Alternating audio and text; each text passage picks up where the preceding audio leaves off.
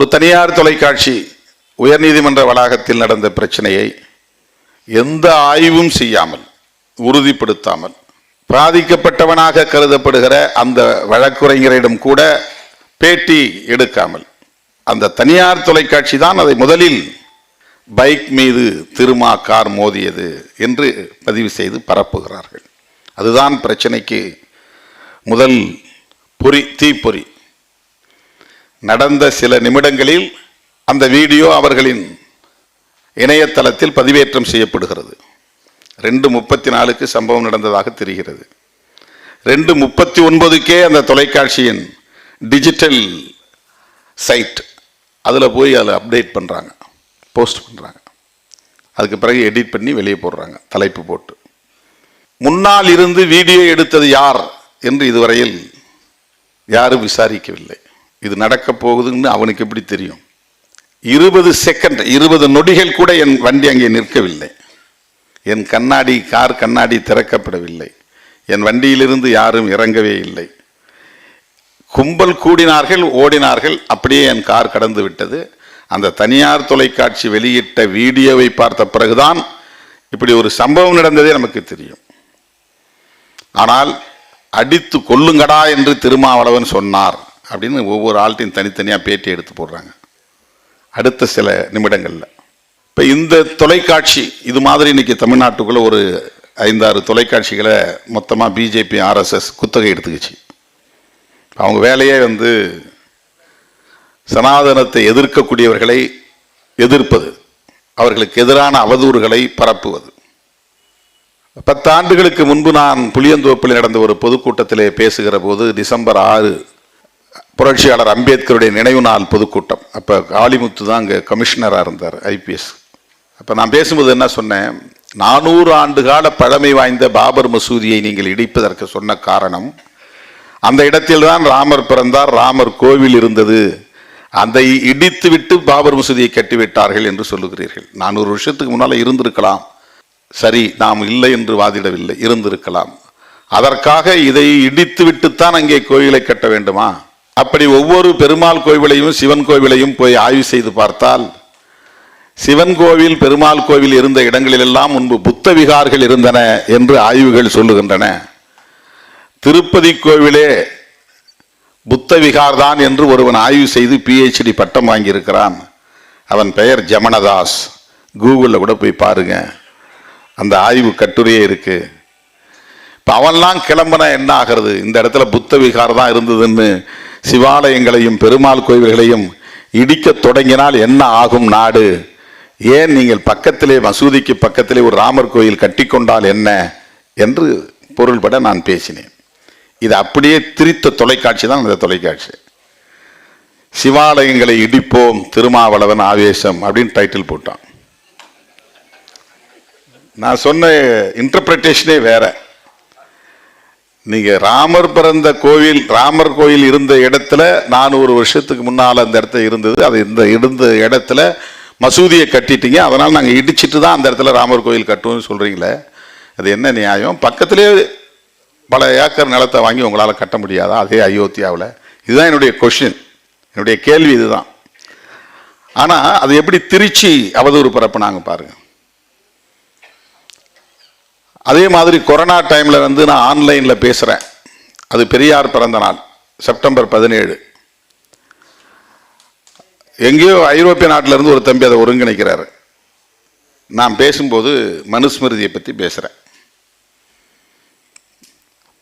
இப்போ ஐயாங்கெல்லாம் சொன்னாங்கல்ல, அம்பேத்கர் எரித்தார், பெரியார் எரித்தார், அந்த வரலாறெல்லாம் நம்ம படித்ததுனால படித்ததை பேச தூண்டுது. நமக்கு படித்ததை பேசாமல் இருக்க முடியாது இல்லையா?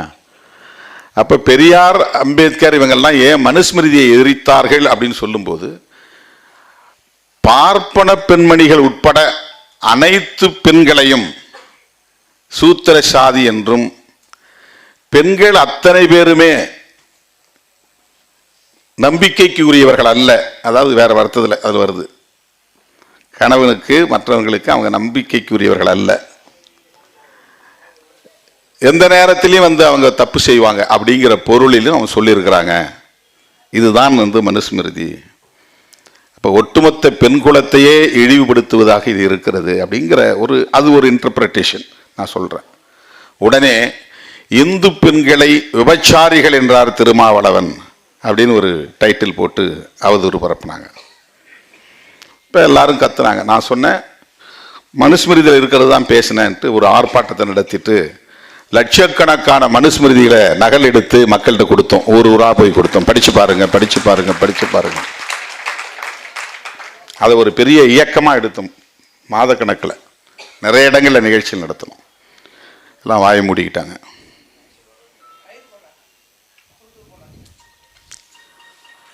தோழர்களே, அவர்கள் இந்த பிரச்சனையில் உடனே ஒரு 100 வீடியோ போட்டிருப்பாங்க. 20 பேர் உள்ள பூந்து பார் கவுன்சிலுக்குள்ள கொடூரமாக தாக்கினார்கள்.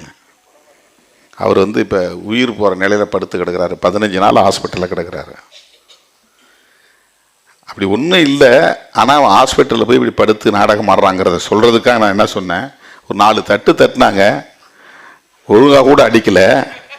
ஆனால் அவன் போய் படுத்து கிடக்கிறான். இதான் அதுக்கு கண்டென்ட், அதனுடைய பொருள். திருமாவளவன் பாரு வன்முறையை தூண்டுகிறார். இப்போ அடிக்க சொல்கிறார்ல இவர், இப்படி பேசுறவர் அப்போ அடிக்க சொன்னது உண்மைதானே அப்படின்னு ரெண்டையும் காரலேட் பண்ணுறாங்க. இப்போ வீடியோ கிடைச்சிருக்கு, ஃபுட்டேஜ். அவங்க பேசின வாய்ஸ்லாம் மியூட் பண்ணிட்டு கொடுத்துட்டாங்க. உள்ள என்ன பேசுகிறாங்க சும்மா ஒரு 30 செகண்ட்ஸுக்குள்ளே எல்லாம் நடந்து முடிஞ்சு போகுது. அது 30 நொடிகளில் அவன் ஓடுறான். உள்ளே போயிட்டு 53 நிமிஷம் அந்த பார் கவுன்சிலில் இயல்பாக இருக்கிறான். அங்கே போகிறான், இங்கே வரான், அவரை பார்க்குறான், இவரை பார்க்குறான், உட்காடுறான், பேப்பர் படிக்கிறான், எழுதுகிறான், நல்லா ஆரோக்கியமாக இருக்கிறான். போலீஸ் வாப்பான்னு ஸ்டேஷனுக்கு கூப்பிட்டு போகிறாங்க. ஸ்டேஷன் போகிறதும் பொத்துன்னு கீழே வந்துட்டான். அப்படி உடனே ஆம்புலன்ஸ் கூப்பிடுங்க, ஆம்புலன்ஸ் கூப்பிடுங்க, ஆம்புலன்ஸ் கூப்பிடுங்க கத்துறாங்க. உடனே ஆம்புலன்ஸ் ஏற்றிட்டு போகிறாங்க. போய் அங்கே டியூப் வைக்கிறாங்க, கழுத்தில் பேடு போடுறாங்க. உடனே முக்கியமான தலைவர்கள் எல்லாம் ஃபோன் பண்ணி வர சொல்கிறாங்க. எல்லாம் பார்க்குறாங்க. 10 நாள் ஹாஸ்பிட்டலில். இது எவ்வளோ பெரிய நாடகம் பாருங்க. இதனுடைய நோக்கம் என்ன? அந்த தனியார் தொலைக்காட்சியில் காட்டின வீடியோவுக்கு அடுத்து 35வது நிமிஷத்தில் அண்ணாமலை ட்வீட். உடனே எச் ராஜா, அப்புறம் நயினார் நாகேந்திரன், அப்புறம் கஸ்தூரி, வானதி சீனிவாசன், இவங்கெல்லாம் யார்?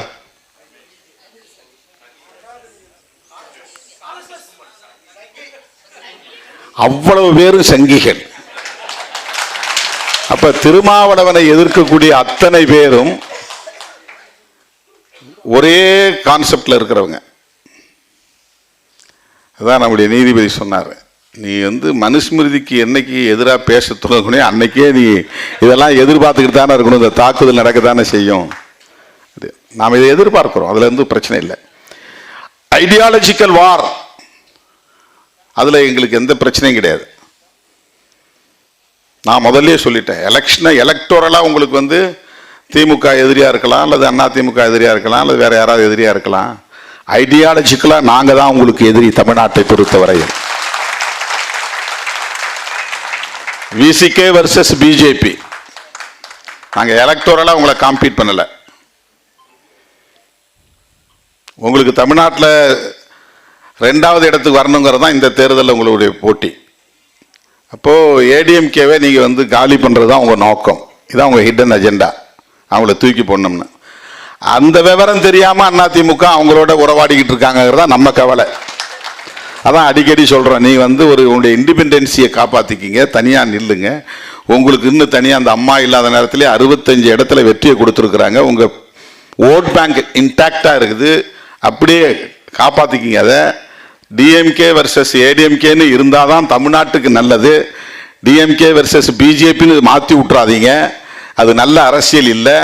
நீங்கள் எல்லாம் பெரியார் பாசறையில் வளர்ந்தவர்கள், கொஞ்சம் சிந்திச்சு பாருங்க அப்படின்னு நம்ம அப்பப்ப சொன்னா, நீ யார் இதை பத்தி கேட்கன்னு கேட்குறாங்க.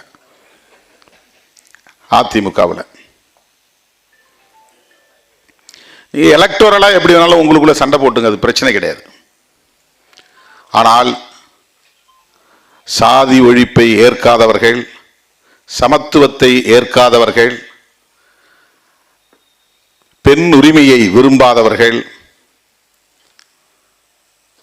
இந்த மண்ணில் வலுப்பெற வேண்டும் என்று விரும்புவதை, அதற்கு முயற்சிப்பதை, அதற்கான அரசியல் நகர்வுகள் செய்வதை எப்படி நாம் வேடிக்கை பார்த்து கொண்டிருக்க முடியும்?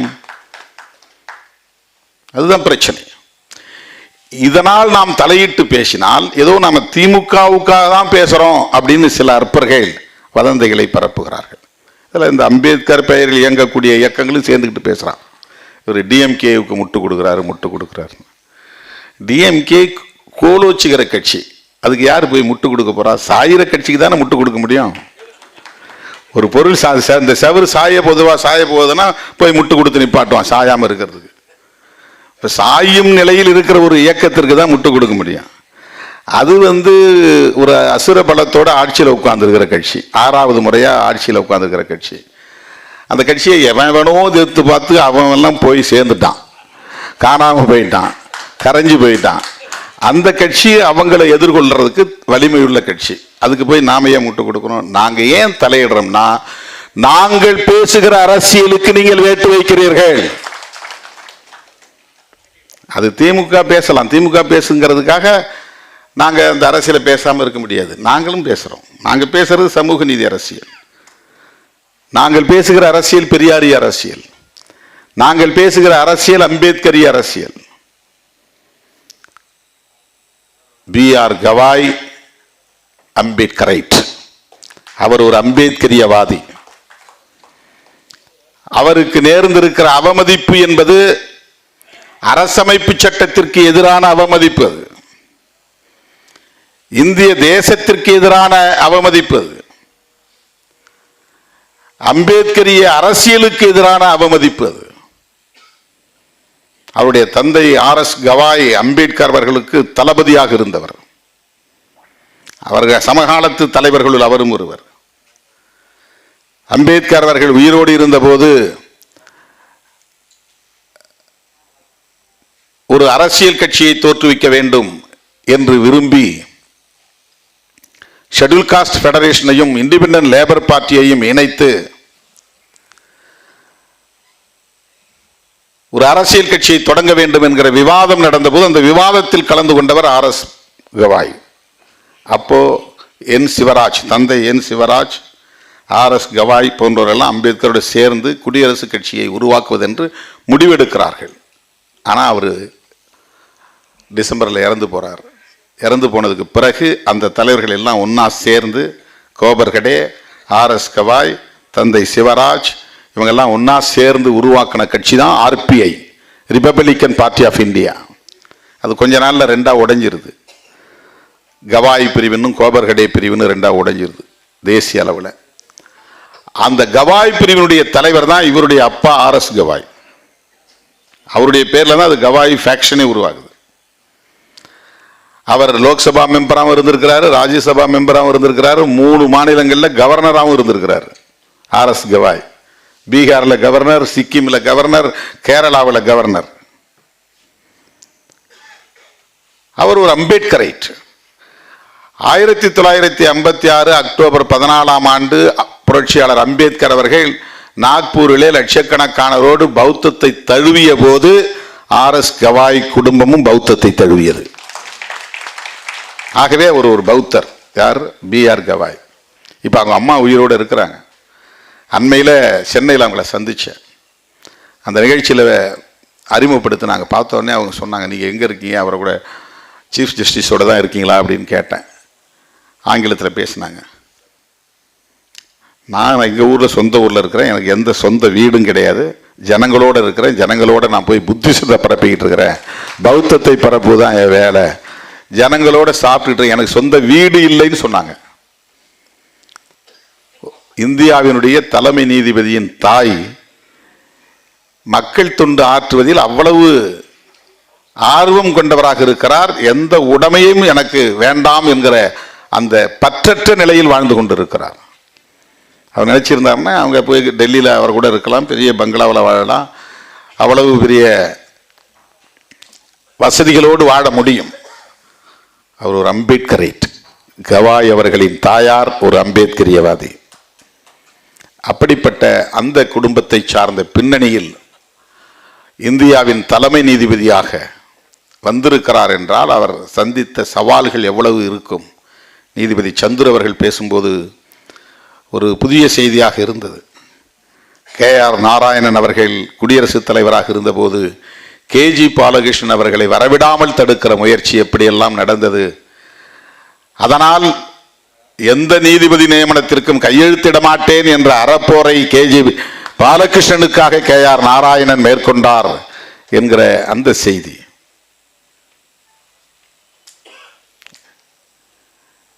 இந்தியா முழுவதும் தலித்துகளுக்கு எதிராக, இதர பிற்படுத்தப்பட்டவர்களுக்கு எதிராக எவ்வளவு மோசமான ஒடுக்குமுறைகள் இருக்கின்றன என்பதற்கு இவையெல்லாம் சான்றுகள். இதில் நீதிபதி ஹரிபரந்தாமன் அவர்கள் பேசுகிற போது இந்த மத்திய பிரதேச நீதிபதி அதுல்ய ஸ்ரீதரன் அவர்களை தூக்கி அடித்தாங்க. அதில் ஒரு விஷயத்தை அவர் சொன்னார். இதை எத்தனை பேர் சரியாக கவனிச்சுன்னு தெரில. பாண்டேங்கிற அனூப் பாண்டேங்கிற ஒரு பிராமண வகுப்பை சார்ந்தவனை விமர்சனம் செய்து ஒரு மீம்ஸ் போட்டுறான். அதுக்காக அவனுக்கு தண்டனை கொடுக்கிறார்கள். என்ன தண்டனைன்னா, ஒரு பிராமணன் காலை கழுவி காலை சுத்தம் பண்ணி அந்த தண்ணி அவன் குடிக்கணும். அந்த தண்டனை பெற்றவன் யாருன்னா SC கிடையாது, தலித் கிடையாது. இங்கே ஆண்ட சாதின்னு பெருமையாக பேசிக்கிறாங்க இல்லையா, நாங்கள் ஆண்ட வம்சம், ஆண்ட சாதின்னு. பிராமணர்களின் பார்வையில் நீயின் சூத்திரன்தான் என்பதற்கு அதுதான் ஒரு சான்று. உனக்கு அந்த நிலை தான் வரப்போகுது. நீ பார், தமிழ்நாட்டில் BJP வளர்ந்த பிறகு நாள்தோறும் வீடியோ போட்டுக்கிட்டு இருக்கிறாங்களா ஆண்ட பரம்பரையெல்லாம், அவங்க நிலையெல்லாம் என்னங்கிறத பின்னால் பார்ப்பாங்க. அப்போதான் திருமாவளவனுடைய போராட்டத்தின் அருமை புரியும். அப்போதான் அந்த அருமை புரியும். இவன் யாருக்காக பேசினான், எதற்காக பேசினான், அவன் சொன்னது உண்மைதான்.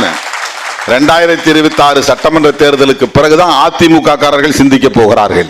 திருமாவளவன் சொன்னது சரிதான், BJP நம்மளை காலி பண்ணிடுச்சு அப்படிங்கிறது அப்பதான் புரியும். 2026 சட்டமன்ற தேர்தல் முடிஞ்ச உடனே தெரிய போகுது பாருங்க. அதுதான் நடக்க போகுது.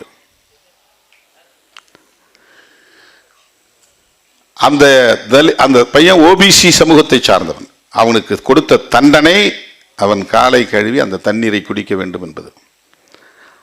அந்த சம்பவத்தை எதுக்காக குறிப்பிட்டார்னா, அந்த ஜட்ஜ் இருக்கார் பாருங்க, அதுல்ய ஸ்ரீதரன், அதை அவர் கண்டிக்கிறார், அவன் மேல நடவடிக்கை எடுக்க சொல்றார். இதுதான் சனாதன சக்திகளுக்கு பிரிக்கவில்லை. இந்த மாதிரி பல விஷயங்கள். இன்னொன்று நான் சொல்ல மறந்துட்டேன்னு என்று சொன்னார். நானும் அந்த வீடியோ வரும்போது பார்த்துட்டு வந்தேன். அதில் என்னன்னா, இப்போ சிந்தூர் ஆப்ரேஷன் நடந்தது இல்லையா, அந்த சிந்தூர் ஆப்ரேஷனை லீட் பண்ணி நடத்தினவங்க நம்முடைய இந்தியன் ஆர்மியில் 2 பேருமே பெண்கள். அவங்க இஸ்லாமிய சமூகத்தை சார்ந்தவர்கள். அது பற்றி கருத்து சொல்லுகிற போது அமைச்சர் சொல்றாரு, இந்த துறையை சார்ந்த அமைச்சர், உங்க சகோதரிகளை வச்சே உங்களை வீழ்த்தணும் பாரு அப்படின்னு சொல்றாரு. அவங்க இந்தியன் ஆர்மியில் தானே இருக்காங்க, அவங்க இந்தியன் தானே, இந்திய மக்களுக்காக, இந்திய தேசத்திற்காகத்தானே அந்த போராட்டத்தை நடத்தினாங்க. அவன் புத்தி எப்படி வேலை செய்யுதுன்னு பாருங்க. நீயும் முஸ்லீமு, இந்த அம்மாவும் முஸ்லீமு, உங்க சகோதரியை வச்சே உங்களை நாங்கள் காலி பண்ணோம். அதை விட முக்கியமாக அவன் யாரை சொல்றான்னா, பயங்கரவாதிகளை சொல்றான். இப்போ பயங்கரவாதிகளின் சகோதரி அப்படின்னு சொன்னதை இவர் கண்டிக்கிறார். யார் கண்டிக்கிறது? அந்த மத்திய பிரதேசத்தை சார்ந்த ஜட்ஜ், ஹைகோர்ட் ஜட்ஜ். அவர் அங்க இருக்கிற இடத்துல அவருடைய ரேங்க் 3, அதாவது கொலிஜியத்தில் இடம்பெறக்கூடிய அளவுக்கான தகுதியை படைத்தவராக இருக்கிறார். அவரை தூக்கி சத்தீஸ்கர்ல போடுறாங்க. அங்கேயும் போடக்கூடாதுன்னு தூக்கி அடிக்கிறான், அலகாபாத்துக்கு போடணும்ன்றான். கவர்மெண்ட் போய் தலையீடு செய்து இன்டர்வீன் பண்ணுது. ஏன் அப்படின்னா, அலகாபாத்தில் சத்தீஸ்கர்ல இருந்தா மாவோயிஸ்டுகளுக்கு எதிராக நாம் எடுக்கிற நடவடிக்கைகளை இவர் கண்டிப்பாரு, விமர்சிப்பாரு, வழக்கு போடுவாரு, சுவமோட்டோவா இதை எடுத்துக்குவாரு. அப்ப அந்த ஜட்ஜி ஒரு லெஃப்ட் ஓரியன்டா இருக்கிறாரு, ஒரு டெமோக்ரட்டைஸ்டா இருக்கிறாரு. அவர் பாதிக்கப்படுகிற மக்களுக்கு நீதி வழங்கக்கூடிய பார்வை உள்ளவராக இருக்கிறாரு அப்படிங்கிறது தான் அதுல பிரச்சனை. சனாதன சக்திகளுக்கு எதிராக இருக்கிறார் அப்படிங்கிறது தான் பிரச்சனை. அதனால அவரை தூக்கி அலகாபாத்தில் போட்டாங்க. அவர் 7th ரேங்க்ல போயிடுவார். உச்ச நீதிமன்ற நீதிபதியாகவும் வரவிடாமல் தடுப்பது, வந்தாலும் தலைமை நீதிபதியாக வரவிடாமல் தடுப்பது, இதெல்லாம் டிலே டாக்டிக்ஸ். இங்கேயும் அங்கேயும் தூக்கி அடித்து லேட் பண்ணி கடைசியாக சொன்னார் பாருங்க கரெக்டாக. மற்றவங்க வந்தால் 2 வருஷம் 3 வருஷம் நீதிபதியாக இருக்க முடியும். ஆனால் கவாய் மாதிரி ஆள் வந்தால் 6 மாதத்துக்குள்ளே அவங்க காலி ஆகிற மாதிரி தான் எலிவேட் பண்ணுவாங்க. இவ்வளவும் திட்டமிட்டு நடக்கிறது, ரொம்ப கால்குலேட்டிவாக நடக்குது. உச்ச நீதிமன்றத்தினுடைய மொத்த நீதிபதிகளுடைய எண்ணிக்கை தலைமை நீதிபதி உட்பட 34 பேர் தான். இந்த 34 பேர்ல எத்தனை பேர் ஓபிசி? இங்க எஸ்சிக்கு எதிராக போராட்டம் நடத்துற ஓபிசி இதை பத்தி என்னைக்காவது சிந்திச்சிருக்கிறாங்களா? திருமாவளவன் கொடிக்கம்பத்தை வெட்டி சாய்க்கிற ஓபிசியை ஏயா சுப்ரீம் கோர்ட்ல 34 பேர்ல எங்க சமூகத்தை சார்ந்த யாரும் இல்லைன்னு யாராவது கேள்வி எழுப்புறாங்களா? போராட்டம் நடத்துறாங்களா? அந்த சிந்தனை இருக்கா? இல்லை. தலித்துகள் ஒரு சக்தியா வந்துடக்கூடாது. அப்படி வளர்ந்தா அவங்க கட்டுக்குள்ள இருக்கணும். நீ அரசியல் செய், ஆனா எங்க கூட வந்துரு, பிஜேபி அணிக்கு வந்துரு, பிஜேபியோட இரு, எங்களுக்கு ஆதரவு சக்தியாயிரு, இல்லைன்னா உன்னை இப்படிதான் காலி பண்ணுவோம். இதுதான் இன்றைய அரசியல் நகர்வுகள், உத்திகள். இதுல என்னன்னா ஆர்எஸ்எஸ் பிஜேபி இது men for Brahmin and upper caste people அப்படிங்கிறது எல்லோருக்கும் தெரியும். ஆனால் அண்ணாமலை மாதிரி ஆட்கள் கூவிட்டு கிடக்குறாங்க. நான் கேட்டால் நான் அப்படி ஐபிஎஸ் படித்தேன்றாங்க. ஏது ஓபிசிக்கு எதிரான சங்கங்கிறது கூடவா தெரியல? சூத்திரசாதிகளுக்கு எதிரான சங்கம் அப்படிங்கிறது கூட உன்னால புரிஞ்சுக்க முடியல. இது வளர்ந்தா ஓபிசி சமூகத்தை சார்ந்தவர்கள் தான் பாதிக்கப்படுவார்கள் அப்படிங்கிற ஒரு அடிப்படை ஞானம் கூடவா இல்லை? அறிவு கூட இல்லைன்னு கேட்டா கோபம் வந்துடும் உங்களுக்கு.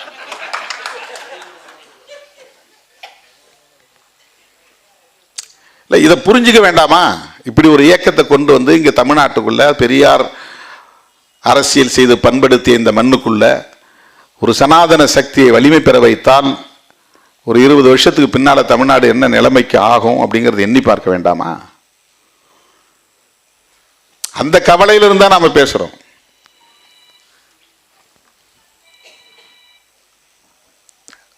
நாம் கூட்டணியில் இருக்கிறோம் என்பதற்காக, கூட்டணியின் நலன்களுக்காக பேசுகிறோம் என்பதை போன்ற ஒரு தோற்றத்தை ஏற்படுத்தி தலித் மக்களுக்கு எதிராக என்னை கொண்டு போய் நிறுத்துகிறாங்களாம். நான் தலித்துகளுக்கு ஆதரவா பேசல, திமுகவுக்கு ஆதரவா பேசுறேன். நாங்கள் திமுக விமர்சனம் பண்ணா நீ ஏன் தலையீடு செய்கிற? நான் பேசுகிற அரசியலை நீ விமர்சிக்கிற. நான் பேசுகிற அரசியல் பெரியார் பேசிய அரசியல். பெரியாரையே நீ விமர்சிக்கிற போது நான் எப்படி வேடிக்கை பார்த்துட்டு இருக்க முடியும்? அதே நீ காலி பண்ணிட்டா நான் எப்படி இங்கே களத்தில் நின்று மக்களை அணிதிரட்ட முடியும், அரசியல் படுத்த முடியும்? பெரியாரையே நீ கன்னடன் சொன்னா நாளைக்கு அம்பேத்கரை மராத்தின்னு சொல்றது எவ்வளவு நேரம் ஆகும்?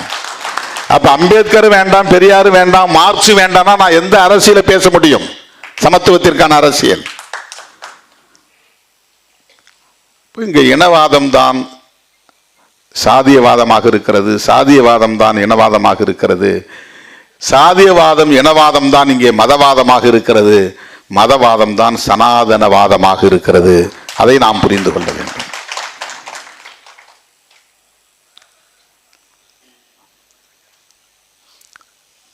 உச்ச நீதிமன்றம் என்பது வெறும் தீர்ப்புகளை சொல்லுகிற ஒரு இடம் அல்ல. வெறும் அப்பல்லேட் அத்தாரிட்டி அப்படிங்கிற அடிப்படையில் மட்டும் அதை பார்க்க முடியாது.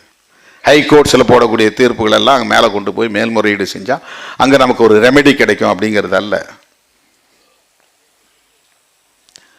உச்ச நீதிமன்றம் என்பது இந்திய தேசத்தை கட்டமைப்பதற்கான அரசமைப்பு சட்டத்தின் பாதுகாப்பு அரண். அது சுப்ரீம் கோர்ட் என்பது அரசமைப்பு சட்டத்தின் பாதுகாப்பு அரண். அது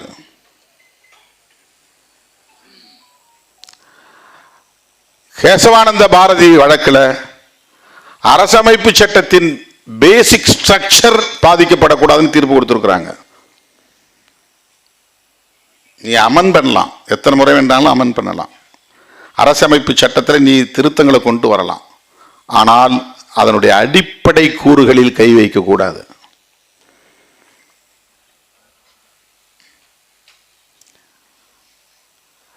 ஒட்டுமொத்தமாக இவ்வளவு பெரிய புத்தகம் இன்னைக்கு சின்னதாக காட்டினாங்க. அந்த புத்தகத்தினுடைய மொத்த சாராம்சமும் பிரியாம்பிள் இருக்கு. இந்த பிரியாம்பிள் அப்படிங்கிற அந்த ஒரு பக்கம் 10 வரி, அதுதான் புதிய இந்தியாவை கட்டமைப்பதற்கான கோட்பாட்டு அறிக்கை அது, ஒரு மேனிஃபெஸ்டோ. அது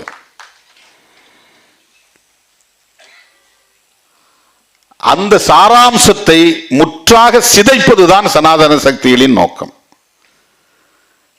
B.R. கவாய் நான் ஒரு செக்யூலரிஸ்ட் அப்படின்னு ஏன் சொல்றாரு? அவர் ஒரு அம்பேத்கரைட், அதனால சொல்றாரு. அவர் கான்ஸ்டிடியூஷனை நம்புறார், அதனால சொல்றாரு. அதுதான் ரொம்ப முக்கியமானது. சனாதன சக்திகளால் பொறுத்து கொள்ள முடியாத, சகித்து கொள்ள முடியாத ஒரு சொல் அரசமைப்பு சட்டத்தில் இருக்கிற சொல் செக்யூலரிசம் என்பதுதான். அம்பேத்கர் ஒரு பெரிய ராஜதந்திரி, பெரிய டிப்ளமேட். முதல்ல அவர் அரங்கேற்றம் செய்யும் போது பிரியாம்பிள் அதை அவர் இன்சர்ட் பண்ணல, அந்த சொற்றொடரே இல்லை அதுல. ஆனால் இது செக்யூலர் கான்ஸ்டிடியூஷன். உருவாக போகிற state union government secular government. குடிமகனாக இருக்கிற எவனும் கடவுள் நம்பிக்கை கொண்டவனாக இருக்கலாம், மத நம்பிக்கை கொண்டவனாக இருக்கலாம், எந்த மதத்தையும் சார்ந்து இருக்கலாம், அந்த மதத்தை உதறிவிட்டு இன்னொரு மதத்துக்கு போகலாம், அந்த சுதந்திரம் அவனுக்கு உண்டு. ஆனால் நாங்கள் உருவாக்க போகிற இந்த புதிய அரசாங்கம் மத சார்பற்ற அரசாங்கம். அதுதான் அந்த கோட்பாடு, அதுதான் அந்த பிரியாம்பிள். இது சாதாரணமான போராட்டம் இல்லை. உலகத்தில் எல்லா நாடுகளும் மதம் சார்ந்த அரசுகளை கொண்டிருக்கின்றன. உலகத்தில் இருக்கிற எல்லா நாடுகளும் அரச மதத்தை கொண்டிருக்கின்றன. ஒரு ஸ்டேட் ரிலிஜன் கான்ஸ்டிடியூஷன்லேயே இருக்கு.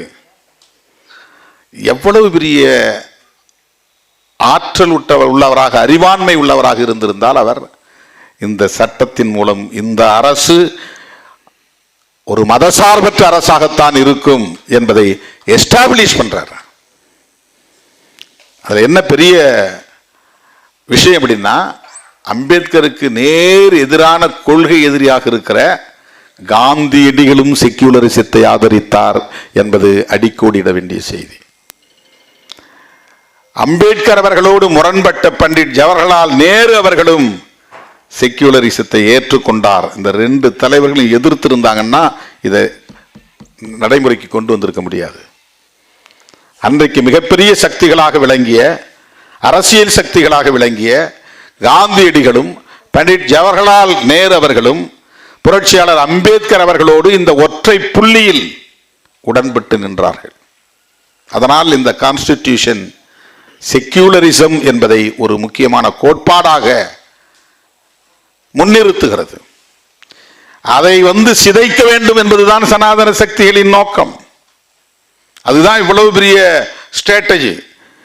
கட்சி ஆரம்பித்து, கட்சி மூலமாக ஆட்சியை கைப்பற்றி, ஆட்சியை தக்க வைத்து, தனி பெரும்பான்மை உள்ள ஒரு ஆட்சியாக யாருடைய தயவும் இல்லாமல் வருகிற போது இந்த சட்டம் தேவையில்லை என்று வெளிப்படையாக தூக்கி எறிய முடியும். அதுதான் அவர்களின் நோக்கம். இப்ப ஒவ்வொன்றாக அவர்கள் நீர்த்து போக வைத்துக் கொண்டே இருக்கிறார்கள். குடியுரிமை சட்டம் இந்த அரசமைப்பு சட்டத்திற்கு எதிரானது. ஜம்மு காஷ்மீரை யூனியன் பிரதேசங்களாக உடைத்தது அரசமைப்பு சட்டத்திற்கு எதிரானது. முத்தலாக் சட்டத்தை ரத்து செய்து அவர்கள் ஒரு சட்டம் கொண்டு வந்தது அரசமைப்பு சட்டத்திற்கு எதிரானது. சொல்லிக்கிட்டே போலாம். இதெல்லாம் டைலூட்டிங் த வேல்யூஸ் ஆஃப் கான்ஸ்டிடியூஷன். அரசமைப்பு சட்டத்தினுடைய விழுமியங்களை மெல்ல மெல்ல நீர்த்து போக செய்கிற நடவடிக்கைகள் நாடு வேடிக்கை பார்த்து கொண்டிருக்கிறது.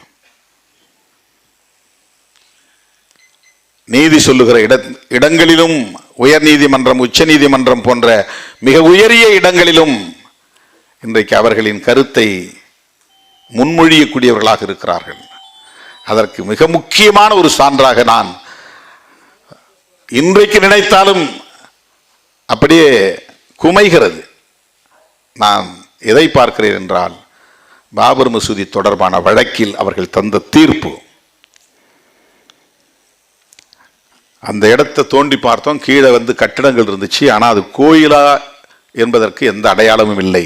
கட்டிடங்கள் இருந்தது உண்மை, இந்து கோவில் இல்லை என்று ஒப்புக்கொள்கிறார்கள். அப்படின்னா என்ன? ராமர் கோவில் அங்கே இல்லைன்னு அர்த்தம். அப்படின்னா ராமர் கோயிலை அவர்கள் இடிக்கவில்லை என்று பொருள். இப்ப ராமர் கோவிலை இடித்து விட்டு பாபர் மசூதியை கட்டியதாகத்தானே அவர்களின் குற்றச்சாட்டு. ஆனால் உங்களுடைய ஆய்வில், அறிக்கையில் அங்கே இந்து கோவில்கள் இருந்ததாக எந்த சான்றும் இல்லை, ஆதாரமும் இல்லை என்று உச்ச நீதிமன்றம் ஒப்புக்கொள்கிறது. அப்படின்னா என்ன தீர்ப்பு சொல்லியிருக்கணும்?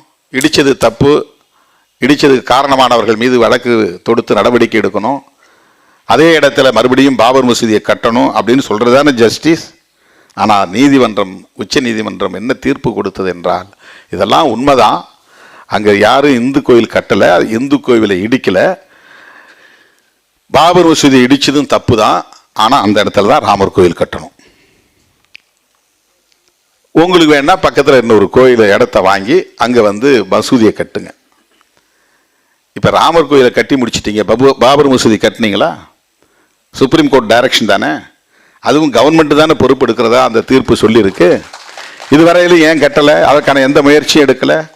அப்போ எந்த எத்திக்ஸும் கிடையாது. நாங்கள் நினைச்சது தான், உச்ச நீதிமன்றத்தின் தீர்ப்பையும் நாங்களே எழுதுவோம், அதுதான் அதற்கு பொருள். பாபர் மசூதி தொடர்பாக அவர்கள் தந்த தீர்ப்பு நியாயமான தீர்ப்பா? நீதிபதிகள் கடவுளுக்கு சமம் என்றல்லவா பொதுமக்கள் கருதுகிறார்கள். அவங்க வாய் திறந்துட்டா அது கடவுள் சொன்ன மாதிரி, அவங்க யாருக்கும் எதுக்கும் ஈல்டாக கூடாது. அதனால் அவங்களுக்கு தேவையான எல்லா வசதிகளையும் சட்டம் செய்து கொடுக்குது. அவங்களுக்கு பங்களா, அவங்களுக்கு காரு, அவங்களுக்கு நல்ல சம்பளம், அவங்களுக்கு பாதுகாப்பு, எல்லாவற்றையும் கொடுப்பதற்கு என்ன காரணம்னா, அவங்க லஞ்ச லாவண்யங்களில் ஈடுபட்டு பயாஸ்டா ஒரு சார்பா தீர்ப்பு வழங்கிவிடக் கூடாது என்பதற்காகத்தான் கான்ஸ்டிடியூஷனே அவங்களுக்கு அப்படிப்பட்ட உயரிய மதிப்பை தருகிறது, பாதுகாப்பை தருகிறது. ஆனால் அவர்களே இப்படி தீர்ப்பு எழுதினால், எச்சில் இலையில சூத்திரவால் படுத்து உருள்வது அவர்களுக்கான மத உரிமை என்று தீர்ப்பு எழுதினால் நாடு என்ன ஆகும்? இந்த 21ஆம் நூற்றாண்டில் இப்படி யாராவது சிந்திப்பார்களா? உயர் நீதிமன்றத்திலே அமர்ந்திருப்பவர்கள் இப்படிப்பட்டவர்கள் நீதிபதியாக இருந்தால் எப்படி இங்கே சகோதரத்துவம் மலரும், சமத்துவம் மலரும்? இது எப்படி மத உரிமையாகும்? பகுத்தறிவாக சிந்திக்க வேண்டும் என்பதுதானே நாகரிக வளர்ச்சியின் அடிப்படை. நாகரிகம் எப்படி வளர முடியும்? சயின்டிஃபிக்கா திங்க் பண்ணணும், ரேஷனலிஸ்டா இருக்கணும், அதுதானே நாகரிக வளர்ச்சி.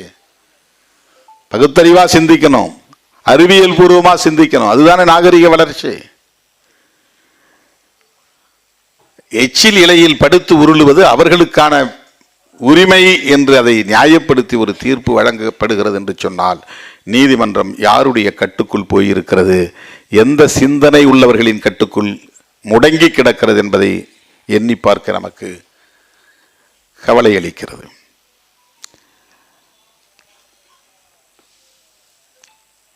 அரசமைப்பு சட்டத்தின் பாதுகாப்பு இன்றைக்கு மிகப்பெரிய சவாலாக நம் முன்னால் இருக்கிறது.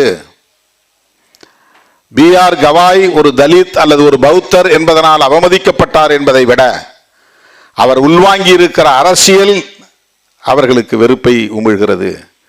ஒருபுறம் அம்பேத்கர் ஜெயந்தி கொண்டாடி கொண்டே, அம்பேத்கர் சிலையை வைத்துக் கொண்டே, அம்பேத்கருக்கு அஞ்சலி செலுத்தி கொண்டே அவர் விரும்பிய ஒரு தேசத்தை கட்டமைப்பதற்கு எதிராக இருக்கிறார்கள்.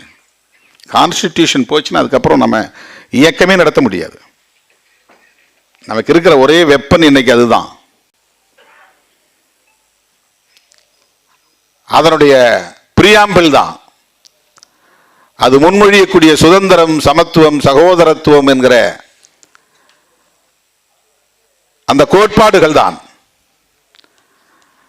அது முன்மொழியக்கூடிய புளூரலிசம் என்கிற பன்மைத்துவம், அது முன்மொழியக்கூடிய செக்யூலரிசம் என்கிற மதச்சார்பின்மை, அது முன்னிறுத்தக்கூடிய பெடரலிசம் என்கிற கூட்டாட்சி தத்துவம், இதுதான் அரசமைப்பு சட்டத்தினுடைய முக்கியமான விழுமியங்கள். இவை அனைத்துக்கும் எதிரான சக்திகள் தான் சனாதன சக்திகள்.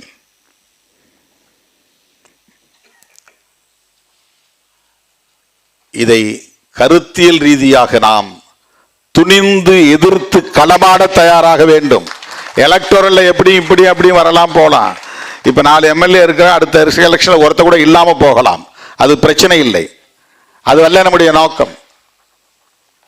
நம்மளை தோக்கடிக்கணும்னு நினைப்பாங்க, தோக்கடிச்சுட்டு போங்க, அது பிரச்சனை கிடையாது. அதுக்காக நாங்கள் களத்துக்கு வரல. ஐடியாலஜிகளாக ஒருபோதும் நாங்கள் பின்வாங்க மாட்டோம். கருத்தியல் ரீதியாக ஒருபோதும் பின்வாங்க மாட்டோம்.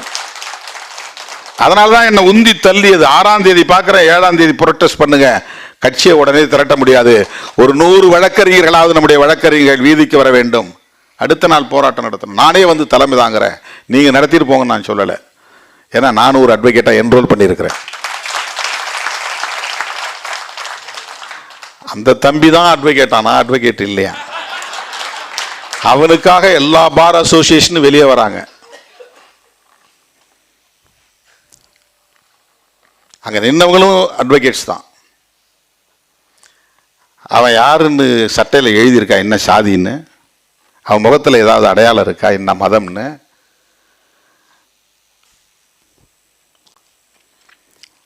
எப்படி பார் அசோசியேஷன் வந்து இந்த மாதிரி ஒரு ரொம்ப ஆச்சரியமா இருக்கிறது. அதாவது இந்தியாவின் தலைமை நீதிபதி இருக்கிற உட்கார்ந்துருக்கிறவரும் அடிப்படையில் ஒரு வழக்கறிஞர் தானே. அவரும் ஒரு வழக்கறிஞராக இருந்து தானே பிறகு நீதிபதியாக எலிவேட் ஆகி வராரு. இப்போ அவர் மேலே செருப்படுத்தி வீசினதுக்கு ஏன் உங்களுக்கு யாருக்குமே பதறலை, பதைக்கலை, கோபம் வரல, ஆத்திரம் வரவில்லை? அதை எதிர்த்தல்லவா ஒவ்வொரு பார் அசோசியேஷனும் வீதிக்கு வெளியே வந்திருக்கணும், போராட்டம் நடத்தி இருக்கணும், கண்டன தீர்மானம் நிறைவேற்றி இருக்க வேண்டும், கண்டன அறிக்கை வெளியிட்டு இருக்க வேண்டும். இப்போ என்ன மாதிரியான புரிதல் இது, என்ன அணுகுமுறை இது? ரொம்ப அதிர்ச்சியாகவும் இருக்கிறது, வியப்பாகவும் இருக்கிறது. எப்படி இவங்கெல்லாம் சிந்திக்கிறார்கள்? ஜனநாயகத்திற்கு இங்கே இடமே இல்லையா?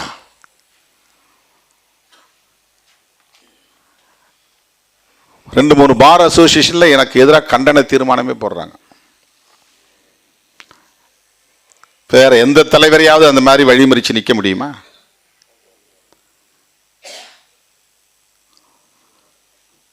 சரி, திருமாவளவனுடைய பாதுகாப்பு என்ன அப்படின்னு யாராவது பேசியிருப்பாங்களா? நான் அதை பொருட்படுத்தவே இல்லை. நான் உடனே டிசி என்ற லைனுக்கு வந்தார். சார், அந்த தம்பி தெரியாமல் ஏதோ பண்ணியிருப்பாரு, விடுங்க, அவரை வந்து ஸ்டேஷன்லாம் கொண்டு போகாதீங்க, தயவுசெய்து அவரை வெளியே அனுப்புங்க அப்படின்னு நான் சொன்னேன்.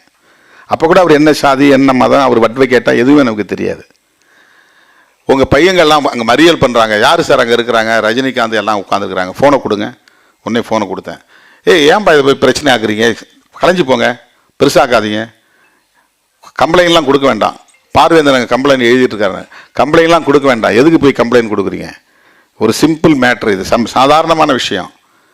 இதுக்கு வந்து டிசி சுந்தரவடிவேலே சாட்சி, அவருடைய ஃபோனில் தான் பேசினேன். ஆட்டோ ரெக்கார்டு இருந்தாலும் இருக்கும், அவர் அது கொடுத்தாருன்னா நம்ம சோஷியல் மீடியாவில் போடலாம். அதை நான் பேசினது,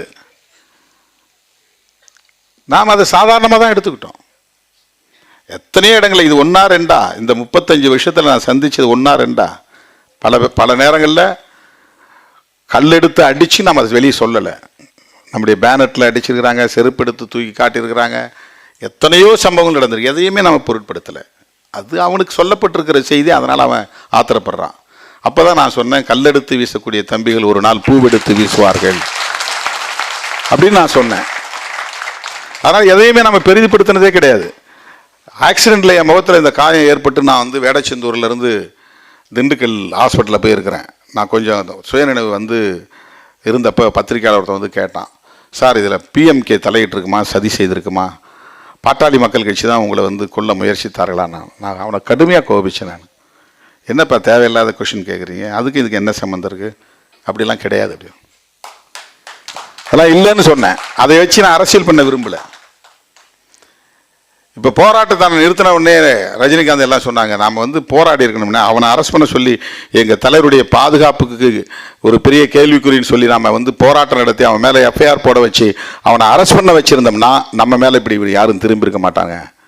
நீங்கள் போராட வேண்டாம்னு சொன்னதுனால வந்த விளைவு தான் இது அப்படின்னு சொன்னாங்க.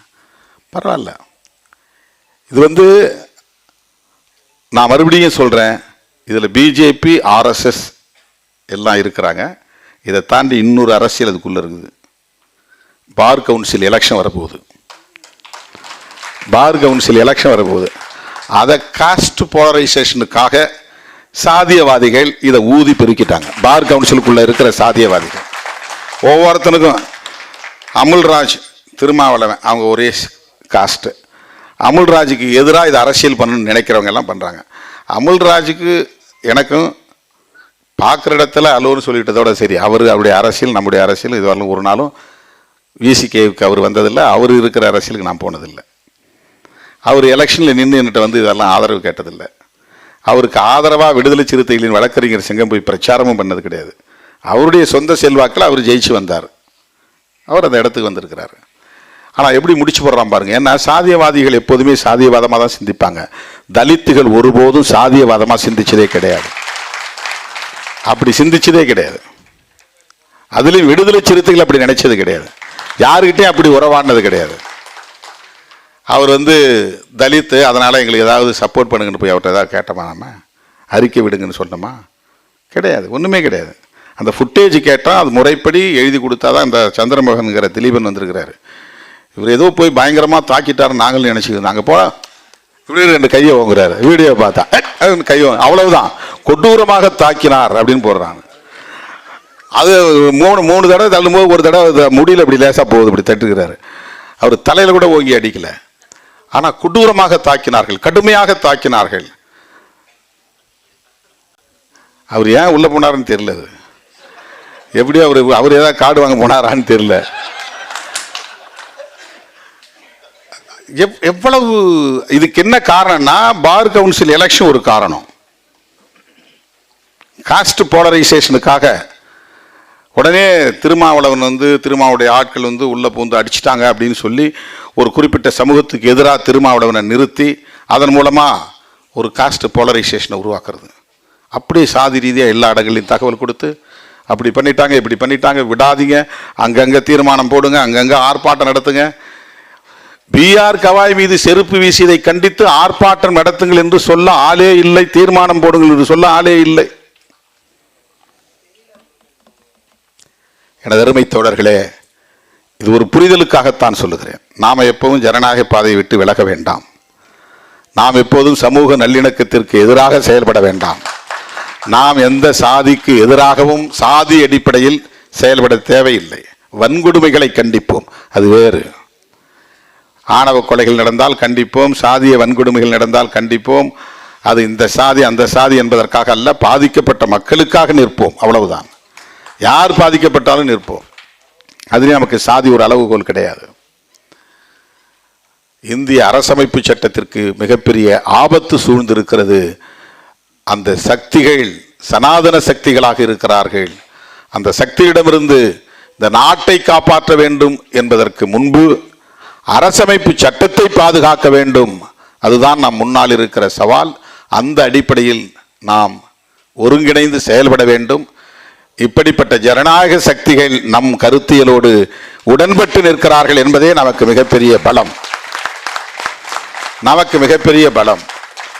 உயர்நீதிமன்றத்தில் மிக உயர்ந்த அதிகார பீடத்தில் அமர்ந்து பாதிக்கப்பட்டவர்களுக்காக நீதி வழங்கியவர்கள் இன்றைக்கு நம் பக்கம் நின்று நம்முடைய குரலுக்கு ஆதரவு தெரிவித்திருப்பதை எண்ணி பெருமைப்படுகிறேன். நம்முடைய அழைப்பை ஏற்று வருகை தந்து இந்த நிகழ்வில் பங்கேற்று அரசமைப்பு சட்டத்தை பாதுகாப்பதற்கான உணர்வை, விழிப்புணர்வை நம்மிடையே உருவாக்கி இருக்கிற நீதிபதிகளுக்கும் அண்ணன் வில்சன் அவர்களுக்கும் என்னுடைய நெஞ்சார்ந்த நன்றியை தெரிவித்து விடைபெறுகிறேன். நன்றி, வணக்கம்.